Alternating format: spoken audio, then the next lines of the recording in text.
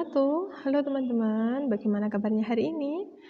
Pada saat ini saya akan membahas tentang soal-soal HOTS TWK, yaitu tentang pengamalan butir Pancasila dalam kehidupan sehari-hari. Nah, sebelumnya saya akan memberikan kabar yang baik nih teman-teman. Pada bulan April nanti, insya Allah di situs SSCN itu akan dibuka pendaftaran, yaitu pendaftaran CPNS. Jadi teman-teman mulai belajar dari sekarang ya. Lanjut soal nomor 1. Etnosentrisme merupakan sebuah sikap yang cenderung merendahkan orang-orang yang bukan golongannya atau dianggap asing.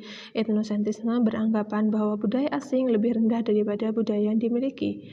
Kondisi kecintaan yang berlebihan inilah yang justru merusak eksistensi Bhinneka Tunggal Ika. Sikap ini juga bisa menjadi penghambat integrasi nasional karena sikap yang menganggap suku bangsa lain lebih rendah sehingga berpotensi menimbulkan konflik sara.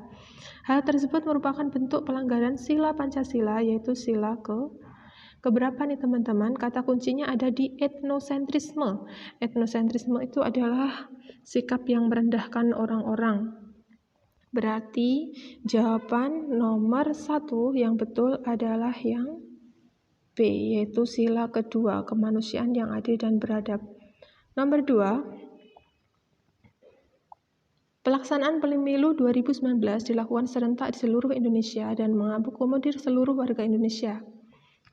Hal itu merupakan konsistensi negara dalam mengedepankan perwujudan nilai-nilai Pancasila. Sebagai warga negara yang baik, Pak Budi juga ikut meramaikan pemilu untuk menggunakan hak pilihnya dengan mendatangi tempat pemungutan suara. Sikap Pak Budi mencerminkan pengamalan nilai-nilai Pancasila, yaitu sila keberapa nih teman-teman? Ini berkaitan dengan pemilu, berarti berkaitan dengan kebebasan untuk menyuarakan pendapat, begitu ya teman-teman. Jadi jawabannya adalah yang apa teman-teman? Yang D ya. Mudah kan teman-teman? Mudah lah ya. Nomor 3, politik dinasti yang terjadi di beberapa daerah di Indonesia merupakan salah satu contoh kondisi yang sangat bertentangan dengan nilai-nilai Pancasila dan harus dihilangkan. Hal ini merupakan salah satu cara untuk memberikan kesempatan kepada seluruh warga negara Indonesia yang lain agar menumbuhkan jiwa patriotisme di ranah politik. Karena seluruh warga negara Indonesia memiliki hak dan kewajiban yang sama dalam politik praktis di Indonesia. Hal di atas merupakan pengamalan Pancasila, terutama dalam asas apa teman-teman? Kita lihat kuncinya, politik dinasti. Politik dinasti itu adalah politik yang masih mengutamakan unsur kekeluargaan gitu loh teman-teman. Jadi ada konflik gitu ya. Politik dinasti itu tidak memberikan kebebasan untuk semua warga untuk menggunakan haknya untuk memilih dan dipilih. Jadi jawaban yang betul dari nomor 3 adalah yang D, yaitu kerakyatan yang dipimpin oleh hikmat kebijaksanaan dalam permusyawaratan perwakilan. Oke, lanjut nomor 4. Terjadinya demonstrasi besar-besaran di wilayah Provinsi Papua dan Papua Barat yang disertai dengan aksi persekusi, pengerusakan, dan penjarahan di kantor pemerintahan dan pertokoan swasta adalah sebuah wujud penerapan penyampaian pendapat di muka umum yang bertentangan dengan nilai-nilai Pancasila, khususnya sila berapa nih teman-teman? Itu ada demonstrasi, berarti demonstrasi itu adalah suatu cara untuk menyampaikan aspirasi atau pendapat ya. Terus ada berarti masuknya sila ke-4.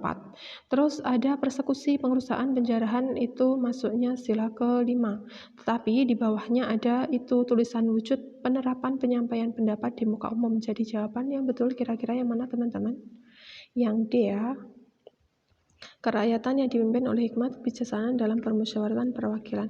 Oke, lanjut nomor 5. Francisca adalah mahasiswa asal Maluku yang ingin melanjutkan studinya di Pulau Jawa, khususnya di Universitas Negeri Surakarta. Dalam waktu seminggu sejak pertama studinya, ia mengalami perlakuan yang tidak menyenangkan dari temannya yang membuatnya sedih dan takut. Hal yang dialami Francisca adalah salah satu penyimpangan perilaku yang bertentangan dengan Pancasila, khususnya sila keberapa nih teman-teman? Kita lihat kata kuncinya.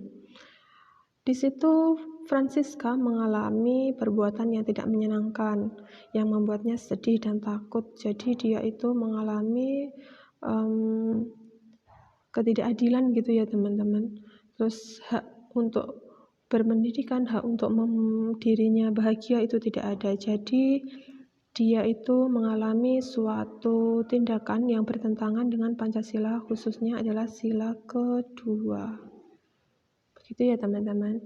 Terus nomor 6, Pak Hasan terkenal sebagai orang baik dalam lingkungannya. Beliau rutin membagikan sedekah Jumat kepada fakir miskin, anak yatim, dan tukang becak. Pak Hasan juga tidak pernah meninggalkan sholat 5 waktu.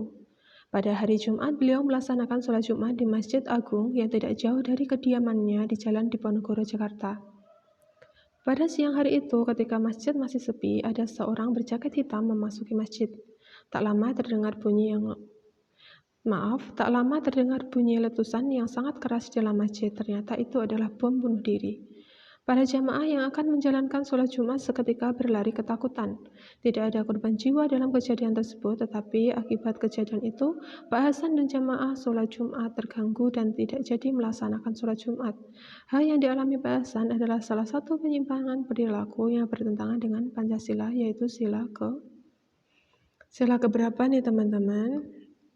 Ini jelas banget ya, ini adalah bertentangan dengan agama. Kalau agama itu masuknya adalah sila ke-1 ya teman-teman.